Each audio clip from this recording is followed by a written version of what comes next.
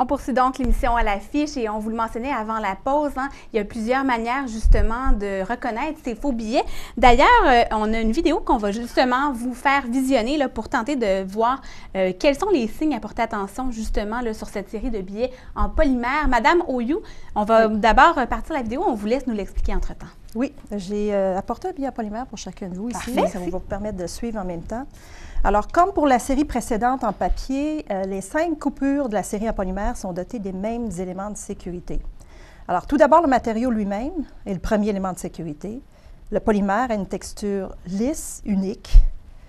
Vous pouvez sentir l'encre en relief sur le gros chiffre, les épaules du portrait et l'inscription Banque du Canada en bordure de la bande transparente. L'élément clé de cette série, c'est la grande fenêtre transparente. Passez votre doigt sur la bande transparente pour vérifier que le billet est fait d'un seul morceau. La fenêtre renferme 2 images holographiques détaillées. Observez la brillance, la complexité, les couleurs et les détails des images holographiques. En inclinant le billet, vous pourrez observer le changement de couleur subtil du portrait, alors que le changement de couleur est beaucoup plus marqué sur l'édifice. Il s'agit en fait de 2 technologies différentes d'hologrammes. Ensuite, examinez les petits chiffres correspondant à la valeur de la coupure autour et à l'intérieur de la bande transparente. Entre le portrait et l'édifice, vous pourrez voir et sentir avec votre doigt le mot « Canada ». Il est transparent et légèrement en relief. Alors, tous les éléments contenus dans la bande transparente sont visibles également au verso du billet avec les mêmes couleurs et détails. Et sachez que les éléments de sécurité sont conçus pour être faciles à vérifier et difficiles à contrefaire. Donc, ça prend que quelques secondes pour les vérifier, pour s'assurer qu'on ne soit pas victime de la contrefaçon. Avant de poser une question à Sergent Paré, la bonne nouvelle, c'est que depuis les nouvelles séries en polymère, il y a moins de billets qui sont contrefaits. C'est ça? Tout à fait, tout à fait. Alors, depuis l'introduction de la série en polymère, le taux de contrefaçon sur ces billets-là est extrêmement faible.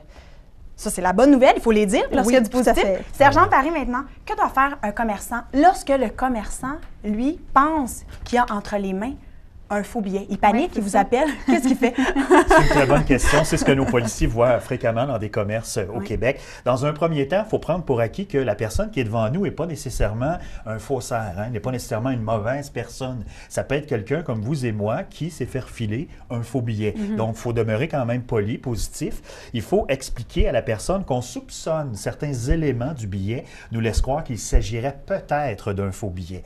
Dans un deuxième temps, on va demander à la personne de nous remettre un autre billet. Alors, personne a probablement un autre billet dans son sac à main. C'est important de revérifier ce deuxième billet. Par la suite, conseiller à la personne, après la transaction, d'apporter votre billet dans un poste de police où les policiers vont pouvoir faire une analyse peut-être ou une étude un peu plus approfondie et procéder en conséquence si jamais, bien sûr, il s'agit d'un faux billet. À ce moment-là, les policiers vont ouvrir une enquête et il y a de l'information qui va être colligée pour peut-être tenter de localiser le faussaire. Et puis finalement, c'est important comme commerçant, lorsqu'on a un fléau, lorsqu'on a une problématique de faux billets, d'aviser les policiers le plus rapidement possible et évidemment, ne pas tenter d'interpeller l'individu.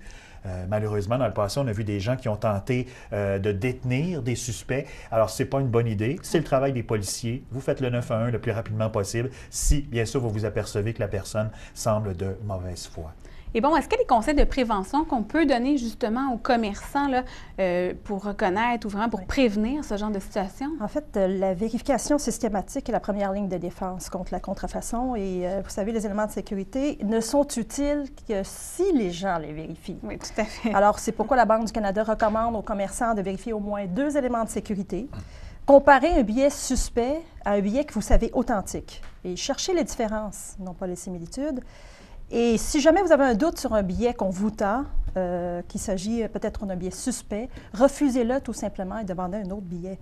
Alors, s'il s'agit par exemple d'un billet d'une série antérieure pour lequel vous n'êtes pas en mesure de vérifier les éléments de sécurité ou il est trop usé, peu importe la raison, si vous avez un doute, vous êtes en droit de refuser. Puis ça, c'est aussi bon pour le commerçant que le particulier, le consommateur qui reçoit un billet. Si on vous tend un billet pour lequel vous n'êtes pas en mesure de vérifier les éléments de sécurité, ce n'est pas un billet d'une dernière série en polymère, refusez-le et demandez un billet puis on a le droit de refuser. Tout à fait. Autant le bon particulier, le consommateur, que le marchand, parce que ce billet-là sera éventuellement, il rentrera dans le système, puis à ce moment-là, les institutions financières vont nous l'envoyer et la Banque du Canada va détruire systématiquement tous les billets des anciennes séries et retirer de la circulation les billets, évidemment, qui sont suspects.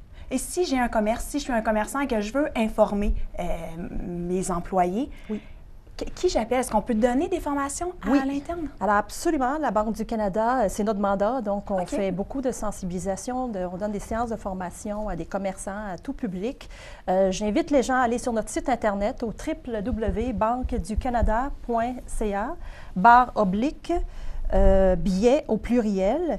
C'est possible aussi de nous envoyer un courriel à info@banqueducanada.ca. ou encore d'appeler à notre ligne 1-800.